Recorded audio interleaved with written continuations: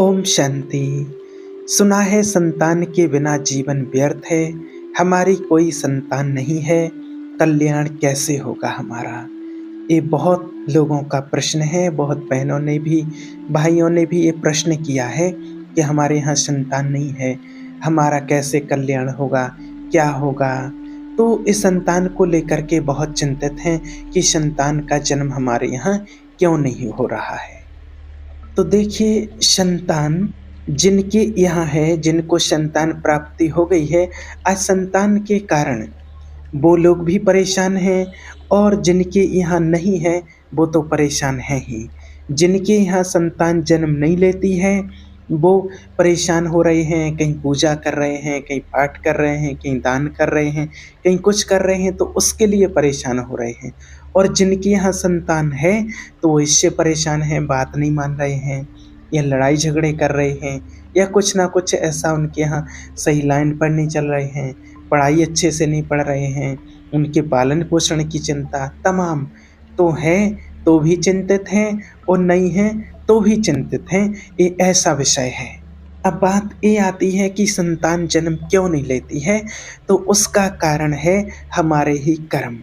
हमारे द्वारा ही कभी ऐसे कोई कर्म हो जाते हैं जिसके कारण हमारे यहाँ कोई संतान जन्म नहीं लेना चाहती है। अब उसको हम समझते नहीं हैं। हमने, क्योंकि हमें तो अभी का पता है ना, पूर्व जन्म का हमें कोई ज्ञान नहीं होता है कि हम पूर्व जन्म में क्या करके आए हैं। आज पूर्व जन्म में कुछ हमारे द्वारा ही ऐसे पाप हो जाते हैं पूर्व जन्म में, या और किसी और आगे के भी जन्म में, हमें तो याद रहता नहीं है।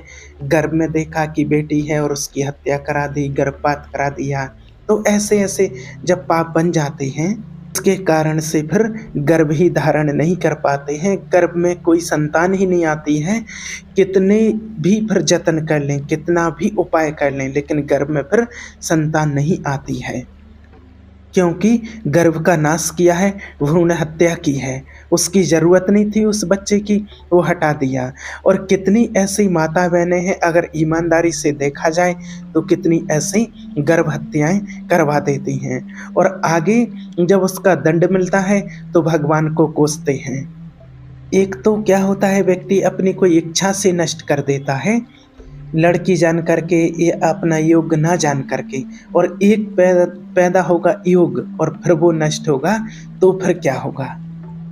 इसलिए कोई ना कोई हमारे ही ऐसे कर्म बन जाते हैं जिस कारण से फिर कोई संतान हमारे यहाँ, क्योंकि जो हमने किया है उसका फल तो भोगना ही पड़ेगा, क्योंकि जो जैसा कर्म करता है उसके फल से कोई बच नहीं सकता है।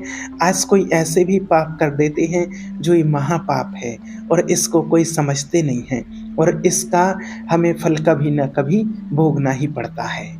और दूसरी बात, अगर कोई ऐसा कर्म नहीं बना है कि कोई आत्मा आपके यहाँ संतान के रूप में जन्म ले, तो अगर संतान नहीं है, संतान आपके यहाँ जन्म नहीं ली है, तो आपको चिंता करने की बात नहीं है।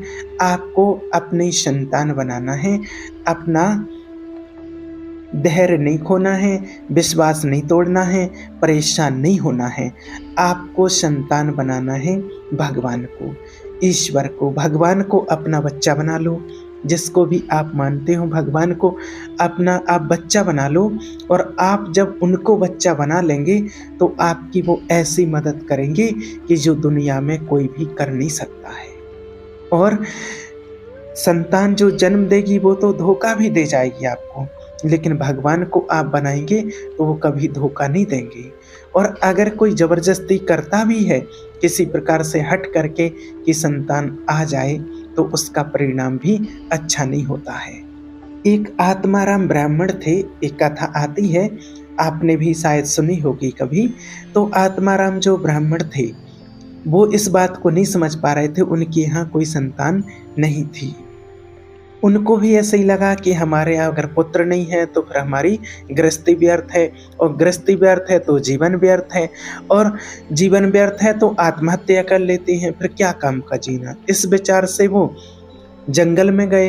अब वो धर्मात्मा पुरुष थे, और जब धर्मात्मा कहीं चिंतित होते हैं और जिनकी भावना अच्छी होती है, तो कहीं ना कहीं से उनको कोई ना कोई प्रेरणा मिल ही जाती है। ऐसा शास्त्रों में भी लेख है। तो एक सन्यासी महात्मा आते हुए दिखाई दिए, तो उन्होंने शास्त्र पढ़े थे, शास्त्रों का स्वाध्याय किया था, तो देखा कि संत आ रहे हैं तो प्रणाम किया उन्होंने। और प्रणाम करने से ही समझ में आ जाता है कि ये एक आस्तिक है या नास्तिक है। तो वो संत अच्छे थे, उन्होंने पूछा कि भाई आपका उदास चेहरा, क्योंकि उनको तो भावना चाहिए कि आपका उदास चेहरा है, क्या बात है। तो वो कहने लगे कि प्रभु सब कुछ है, ईश्वर की कृपा से संपत्ति है, सब कुछ है, पर हमारे यहाँ संतान नहीं है। और शास्त्रों में लिखा है कि संतान के बिना गृहस्थ धर्म अधूरा। तो बार बार हृदय जलता है कि जीवन व्यर्थ है। तो उन्होंने समझाया कि तुम्हारे भाग्य में, उन्होंने देखा और उन्होंने कहा कि तुम्हारे भाग्य में 7 जन्म तक संतान का योग नहीं है। तुम्हारे ऐसे अपराध हैं कि संतान के योग नहीं है। और ये अपराध इंसान हम स्वयं ही करते हैं, आप स्वयं ही करते, और कोई दूसरा नहीं करता है। जो भी बताया कि गर्भपात करा देते हैं, तो यही सबसे बड़ा अपराध होता है। और जब ऐसा कर देते हैं तो अगले जन्म में फिर कोई संतान ही गर्भ में नहीं आती है। तो आत्माराम ने जब बहुत हट किया उन महात्मा जी से और नहीं माने, तो फिर वो महात्मा जी तो तपस्वी थे, उन्होंने एक फल दिया और कहा कि अपनी पत्नी को खिला देना। बड़े खुशी हुए, आ गए घर में, आ गए, पत्नी को दिया। और जब भाग्य में नहीं है तो कैसे स्वीकार होगा, देखिए। तो पत्नी ने कहा कि हम खा लेंगे। तो उन्होंने कहा अभी खा लो। तो उन्होंने कहा अभी थोड़ी खाया जाता, संत महात्मा जी का प्रसाद है और बढ़िया नहा धो के पाएंगे। तो उन्होंने कहा ठीक है, अच्छा पा लेना। अब उसने अपनी बहन को बुलाया, उसी गांव में उनकी बहन भी आई थी।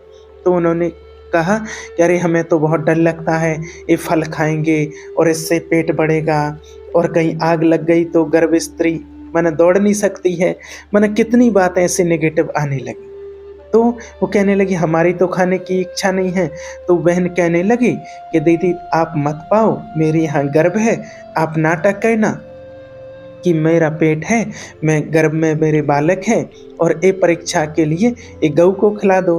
तो उसने ऐसा ही किया, और वो जो फल था महात्मा जी ने दिया था वो गऊ को खिला दिया। अब नाटक करती रही कि हाँ हमारे गर्भ है, और जब उसकी बहन को बच्चा हुआ तो बच्चा मंगवा लिया, दासियों को पैसा दे दिया, ब्राह्मण बड़े प्रसन्न हुए। और उनकी पत्नी का नाम धुंधली था, इसलिए उसका नाम धुंधकारी रख दिया। अब उसी ठीक समय पर गऊ को भी बच्चा हुआ, उस गाय को। तो कान तो गऊ जैसी और उसका जो स्वरूप था वो बालक जैसा। तो बड़ा आश्चर्य। तो वो बोला अरे हमारे तो भाग्य खुल गए कि पहले तो हमारे ही बच्चा नहीं था, अब तो गऊ को भी मनुष्य की जैसी आकृति का बच्चा हुआ। और वो बड़े आनंदित थे और उसका नाम गोकर्ण रखा, ये कथा शास्त्रों में है। और इसका नाम धुंधकारी रखा, ये चरित्र है भागवत में। तो वो बचपन से इतना दुष्ट निकला वो बालक कि खेलते हुए बच्चों को कुएं में फेंक देता, कुएं में मर जाते फेंक देता। और जब बड़ा हुआ इतना अत्याचार कि 5 वेश्याओं को संग रखता और अत्याचार करता, और इतना पीटा अपनी माँ को कि वो कुएं में गिर के मर गई। अत्याचार। अब तो उनको लगा कि इससे अच्छा तो संतान ना होती तो अच्छा होता। और फिर जो गोकर्ण, जो गऊ से बच्चा जन्मा था, उसने कहा कि अब जाओ यहाँ से, भगवान का भजन करो, तीर्थ यात्रा पर जाओ, तभी तुम्हारा कल्याण होगा।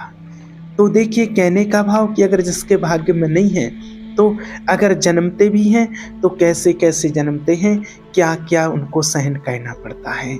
इसलिए आप परेशान ना हो कि संतान नहीं है, और अगर नहीं है तो आप भगवान को, अपनी संतान ईश्वर को अपना बच्चा मान लें, पर वो कैसे आपका साथ निभाता है, बस आपको पहले बस पालना करनी, निश्चय बिठाना है कि वो मेरी संतान है। ऐसे आज कितने ही प्रैक्टिकल उदाहरण हैं कि जिनको संतान नहीं है और उन्होंने भगवान को अपना बच्चा बना लिया, तो कैसे उनकी मदद की। आपके लिए एक प्रैक्टिकल एक उदाहरण बताते हैं। ये कोई कहानी नहीं है, प्रैक्टिकल है, और अभी भी वो लोग हैं इस दुनिया में। एक ये दिल्ली की बात है, वहाँ पर एक परिवार रहता था, माने दोनों पति पत्नी रहते थे। उनके यहाँ कोई संतान नहीं हुई, उन्होंने बहुत पाठ पूजा किया, भक्ति की, और फिर इलाज भी करवाया, अपनी दवाई डॉक्टर दिखाए सब कुछ, लेकिन उसके बावजूद भी कोई प्राप्ति नहीं हुई। फिर जब उनको एक परमात्मा का संदेश मिला, शिव बाबा का ज्ञान मिला, परमात्मा का संदेश मिला, तो दोनों आश्रम जाने लगे। आश्रम कोर्स किया तो बस उनको वही कि संतान नहीं है, तो वहाँ जब आता ही है कि भगवान को अपना कुछ भी बना लो, सर्व संबंधी है वो तो, माता पिता बंधु सखा पुत्र कुछ भी बनाओ। तो उनको ये बात बहुत अच्छी लगी कि भगवान को ही अपना पुत्र बना लेते हैं और शिव बाबा को अपना पुत्र मान के चलने लगे अपने जीवन की दिनचर्या।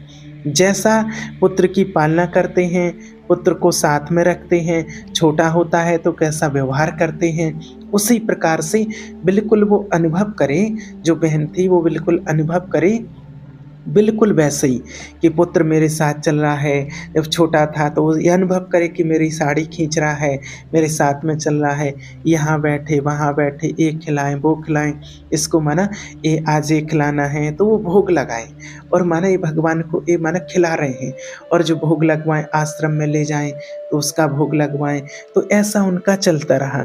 अब धीरे धीरे करके और थोड़े दिन हो गए तो माना अब वो वृद्ध से होने लगे। अब एक समय आया, उन्होंने कहा कि वो बहन थी जो कि मुझे माउंट आबू जाना है, मुझे माउंट आबू जाना है। ग्रुप जा रहा था, माउंट आबू जाते ही हैं। तो जो भाई थे उनको थोड़ा कम निश्चय था, लेकिन जो बहन थी उनको पूरा निश्चय था शिव बाबा के ऊपर, और उन्होंने बिल्कुल पुत्र बना लिया था। तो फिर वो कहने लगे कि ऐसा करो, मेरी अभी थोड़ी तबीयत ठीक नहीं है, आप बाद में चले जाना। तो वो बहन कहने लगी, अरे अभी जाना है, ग्रुप जा रहा है, और मैं आपको अकेला छोड़ के नहीं जा रही हूँ, मैं आपको अकेला छोड़ के नहीं जा रही हूँ, मैं अपने बेटा शिव बाबा को आपके साथ छोड़ कर के जा रही हूँ। तो वो थोड़ा जिद करने लगी, तो उसने कह दिया ठीक है भाई ने जाओ, और वो घर से चली गई। वो ट्रेन में चढ़ी और माउंट आबू के लिए चली गई। यहाँ जो भाई थे वो अकेले थे घर में, और थोड़े बुजुर्ग भी होते जा रहे थे, हेल्थ कमज़ोर होती जा रही थी। उनको यहाँ एक अटैक का दौरा आया, उनको अटैक का दौरा आया, उनकी हालत ख़राब, और वो तड़पने लगे, दर्द में तड़पने लगे। तो क्या हुआ, उसी टाइम पर एक बहुत बड़ी इंटरनेशनल कॉन्फ्रेंस होनी थी डॉक्टरों की। तो बहुत बड़े-बड़े डॉक्टर वहाँ दिल्ली में आए हुए थे। सब उनकी कॉन्फ्रेंस थी, मीटिंग थी, बहुत बड़े-बड़े दूर-दूर से डॉक्टर आए हुए थे।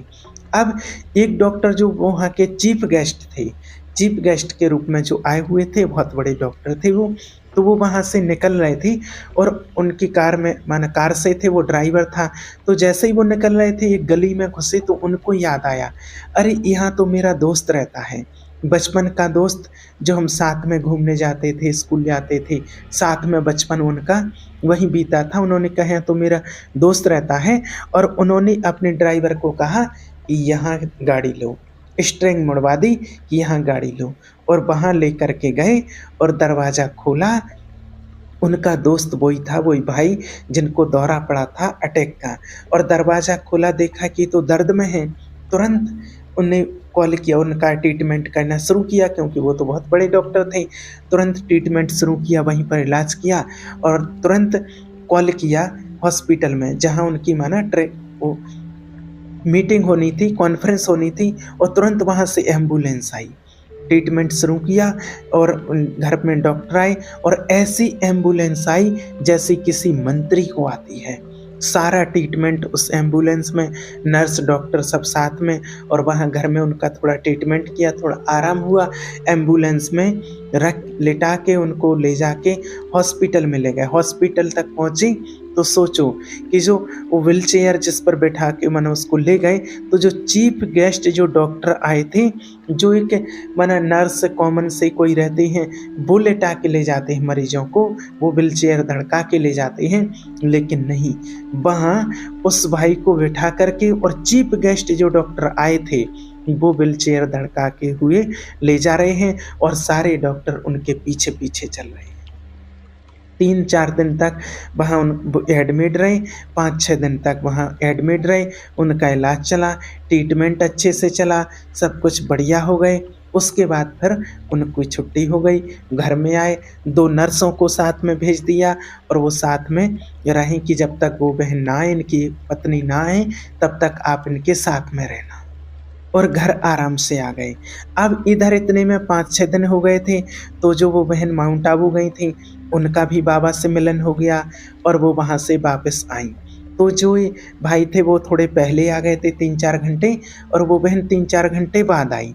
3-4 घंटे बाद आई और जैसे ही माना वो घर के अंदर गई, वो भाई अपने चौक में बैठे हुए थे, धूप ले रहे थे। और जैसे ही नर्सों को देखा कि 2 नर्स हैं अंदर, तो वो बहन थोड़ी डर गई कि शायद कोई प्रॉब्लम हो गई। तो जैसे ही वो अंदर घुसी और अंदर घुसते ही साथ और वो जो भाई थे, जो उनके पति थे उस बहन के, और उन्होंने सैल्यूट मारा जोरदार वाला। सैल्यूट किया उस बहन को और वो कहने लगे कि मान गए तेरे शिव बेटा को, मान गया मैं तेरे शिव बेटा को। उन्होंने कहा कि अगर तेरी कोख से जन्मा हुआ, तेरी कोख से जन्मा हुआ, मेरे खून का जन्मा हुआ अगर बेटा होता, तो मेरी इतनी सेवा और इतनी देख रेख नहीं करता जितनी सेवा तेरे शिव बेटा ने की है। और उन्होंने कहा कि वो आज से तेरा ही बेटा नहीं, आज से वो मेरा भी बेटा है। और दोनों निश्चय से भगवान को अपना मान के चलने लगे। तो कहने का भाव कि देखिए, समय ऐसा आता है, परिस्थिति कुछ ऐसी बन जाती हैं कि अगर खास बेटा भी हो ना, और आज देख भी रहे हैं हालत कि क्या हो रहा है, प्रॉपर्टियों के पीछे माता पिता को मार देते।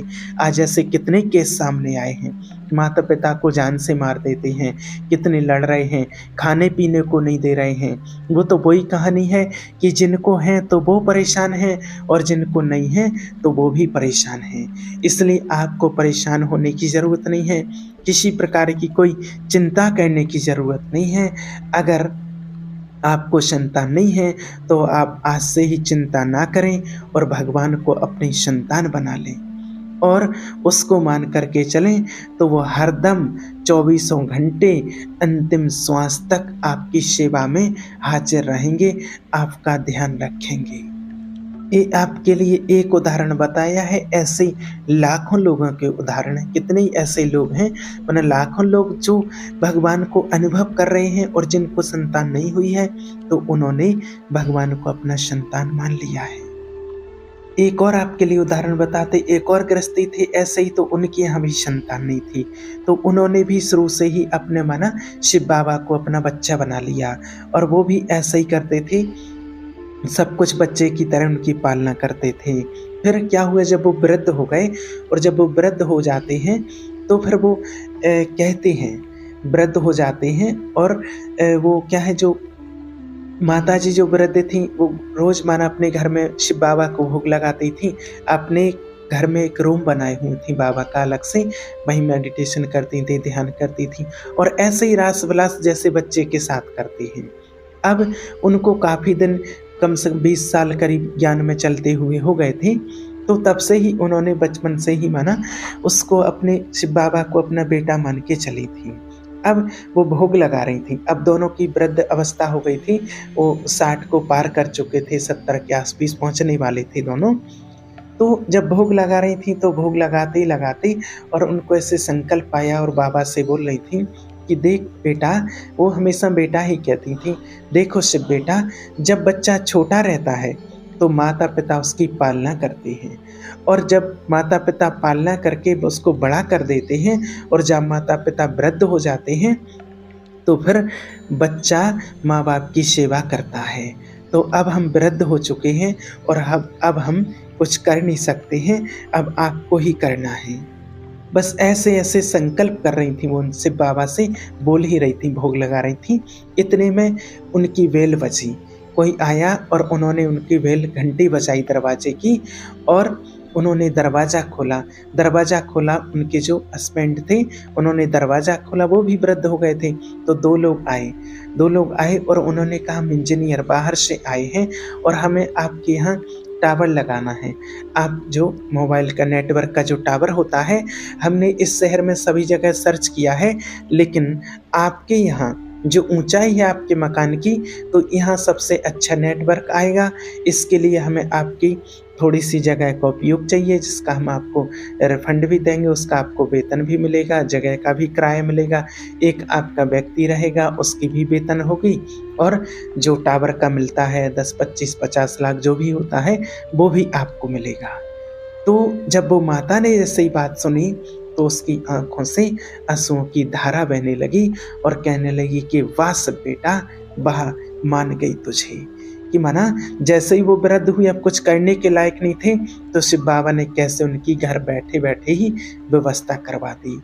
तो कहने का भाव कि जहाँ विश्वास है और भगवान को अपना बनाया है, तो ये संतान तो जो गर्भ से जन्म दिया है, वो तो कभी दुःख भी दे सकती है और धोखा भी दे सकती है, लेकिन जिसने अगर भगवान को अपना बना लिया, तो वो कभी धोखा नहीं देंगे। इसलिए जिनको नहीं है, तो आज से निश्चिंत हो जाएँ और भगवान को अपना बेटा बना करके चलें। उनके जीवन में कभी कोई कठिनाई, कभी किसी दुःख का सामना उनको नहीं करना पड़ेगा। ओम शांति।